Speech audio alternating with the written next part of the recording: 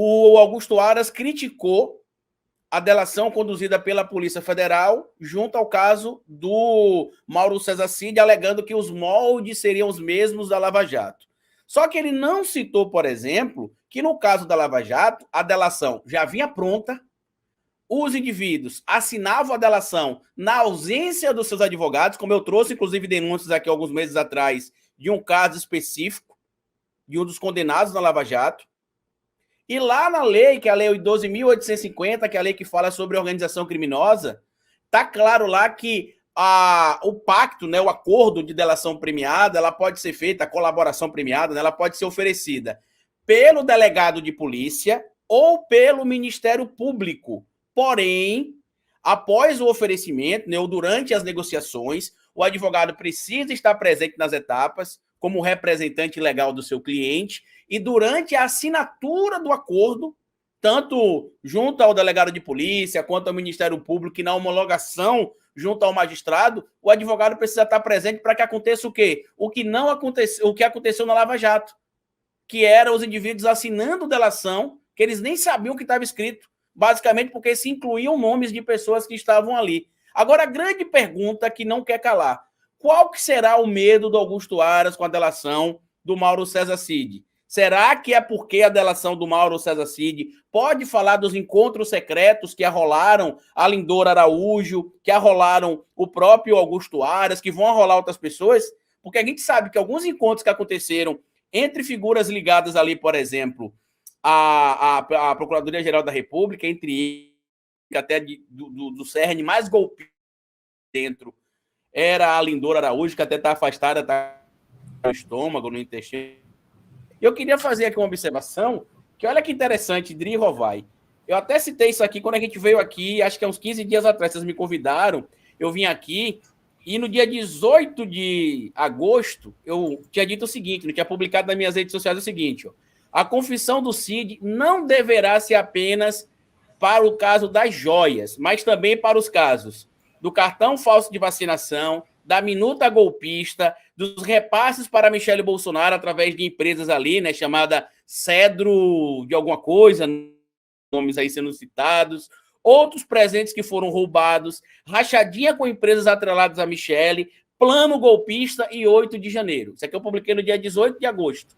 Quando é agora, o que é que o advogado diz, o César Roberto Bittencourt, que o Bolsonaro, que o Mauro Cid vai falar tudo que ele sabe e que envolveu o Bolsonaro. E até aconteceu uma coisa interessante, que muita gente disse que ele estava mudando de versão, né, o César Bittencourt. E na época eu falei, gente, ele não está mudando de versão, a versão é a mesma, ele está usando isso como estratégia. Por que, Carlito, que você falou isso? Por dois motivos. Primeiro, eu já tinha entendido que era estratégia, mas eu não tinha entendido por que ele estava usando aquela maneira toda ali de diz uma coisa aqui, diz uma coisa ali. Eu sabia que era estratégia para deixar a defesa do Bolsonaro confusa. Só que a Gabriela Prioli, que é advogada também, ela fez um post que para mim foi extremamente importante para dar aquele estalo. Ela falou, isso é a estratégia do advogado para aguardar a apuração da quebra de sigilo fiscal do Bolsonaro e da Michele. Porque se vocês lembrarem, a matéria da Veja saiu na sexta e o sigilo foi autorizado a quebra na quinta. Então meio que pegou o César Bittencourt desprevenido. Então ele tinha de mudar um pouco ali a estratégia para poder dar prosseguimento e deixar, como a gente está vendo ali, os advogados do Bolsonaro completamente desorientados. Outro ponto também, que grande parte do público não tem obrigação de saber, na Lei 12.850, que fala sobre organizações criminosas, no artigo 3A, que é onde está lá presente a delação, a colaboração premiada, fala também que a colaboração precisa ser mantida em sigilo. Por isso que, diferente de outras épocas, Rovai, ninguém da mídia sabe o que o Cid falou, porque não vaza. Não se utiliza mais a mídia como uma massa de manobra para criar ataques ali para um grupo político. E sabe por que isso não está acontecendo mais como acontecia na época da Lava Jato? Porque o Estado democrático de direito voltou a funcionar, que inclui, por exemplo, a autonomia das instituições. Você não tem mais membro do Ministério Público combinando ação com membros da magistratura brasileira para poder escolher quem eles querem ou não considerar criminosos.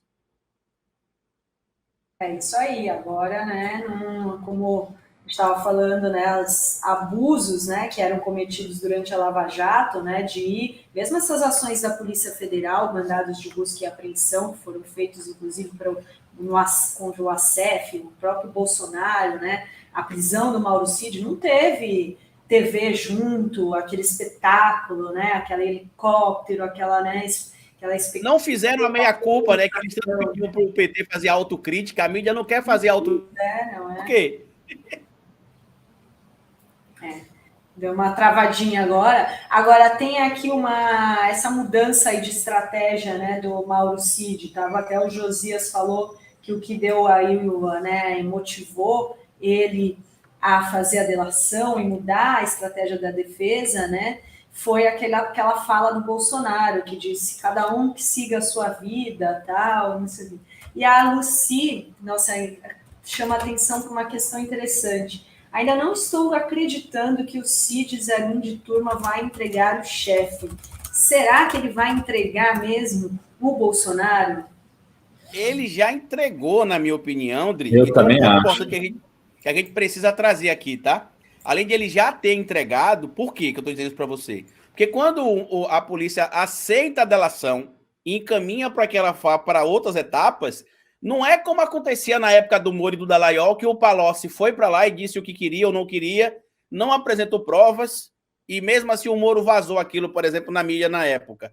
Quando você faz uma colaboração premiada, você precisa provar o que você está dizendo. Você precisa ter materialidade. E a gente sabe que a polícia tem muita materialidade nos próprios e-mails deletados, mas não apagados, do Mauro Cid, na nuvem também de mensagens, e para mim o determinante foram algumas coisas. A principal coisa é o tempo que o Mauro Cid ficaria preso. Por quê, Carlito? Vamos para um cálculo básico aqui de matemática, Rovai. Quando a gente vai fazer o cálculo de um indivíduo que é condenado, né, o magistrado utiliza uma coisa chamada dosimetria da pena. Vamos tentar levar para uma linguagem bem simples aqui, mas falar do direito. E aí você, na hora de fazer a dosimetria da pena, Adri Rovai, você leva em consideração agravantes, aquilo que pode aumentar a pena do indivíduo, e atenuantes, aquilo que pode diminuir a pena do indivíduo. Apesar de não ter um número específico de quanto a pena pode ser reduzida em alguns atenuantes, se tem por consenso ali que normalmente a pena se diminui em 1/6. E para fazer um cálculo bem simples, e para que fique fácil de compreender, a gente divide normalmente no direito, né, para saber a pena ali, meses e dias. A gente não calcula por ano, como algumas pessoas fazem por aí. Por quê? Porque como você vai fazer, às vezes, a redução do atenuante em 1/6 ou algo do tipo, você precisa ter ali uma quantidade mínima de dias e meses para você saber quanto vai ser reduzido. Digamos aqui, Rovai e Dri, que a gente vai reduzir, vai pegar 120 meses de pena. Né? Um exemplo só aqui, tá bom, gente? Não é a coordenação dele não, que nem saiu ainda. E aí ele foi e confessou o crime. A confissão é um atenuante. Então, digamos que a pena dele vai ser reduzida em 1/6. Você pega aí, por exemplo, 12 e divide por 6. Se você pegar 12 e dividir por 6, vai dar 2. Então, o Mauro Cid teria uma pena aí reduzida em aproximadamente 2 meses, nesse exemplo que a gente está trazendo. Ou seja, ele continuaria preso por 118 meses. Quer dizer, 20 meses, perdão, ele ficaria preso por 100 meses.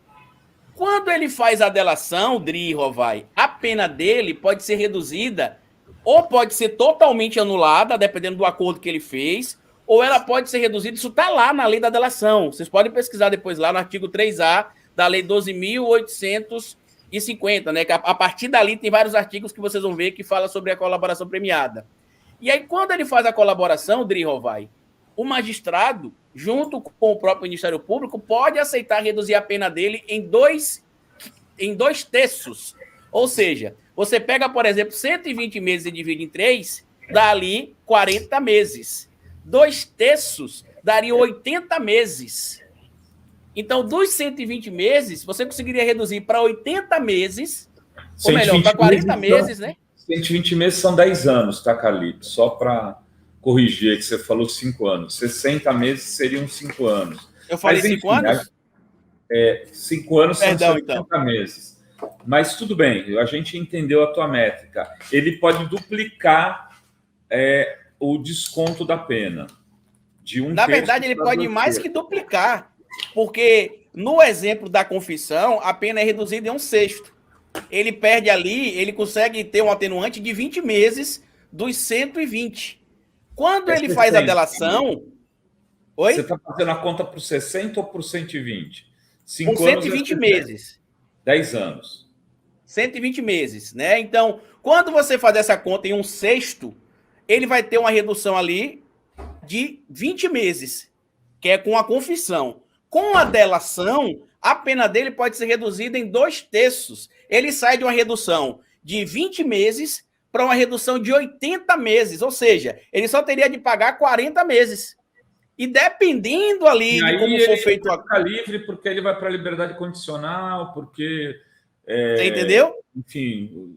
Porque de 1 a 4, em via de regra, salvo algumas exceções, você cumpre em liberdade. De 4 a 8, você pode ir para o regime semiaberto, e de 8 em diante, normalmente, você cumpre em regime fechado. Ele também pode ter essa pena substituída, por exemplo, em restrição de direito, Rovai. Como ele teve, ele está usando tornozeleira eletrônica, ele não pode sair em finais de semana, ele não pode sair até determinado horário. Então, o cálculo, muita gente está falando, porque comprometeu o pai dele. Eu acho que não foi só o comprometimento do pai, não, porque o pai não seria tão implicado quanto ele. A pena do pai seria diferente, seria uma coisa mais simples de se resolver, só que a situação dele, ele pegaria facilmente ali de 10 a 15 anos de prisão, em regime fechado. E aí ele tem filha pequena, né, filha adolescente ali, a esposa dele é jovem. E aí é nesse momento que a gente consegue entender que até as pessoas que são conspiracionistas, como a própria Gabriela Santiago Cid, neste momento teve um lapso de realidade e falou, ai, querido, é melhor ser, como a gente fala aqui no Nordeste, né, cabuetar esse caba safado aí, porque se você ficar calado, vai sobrar tudo para você. Tem aquela história da frase que o Bolsonaro disse, olha, se ele cometer um erro, ele vai pagar, e que teria sido fundamental para que ele decidisse, então, olha, se eu vou pagar, você vai pagar também.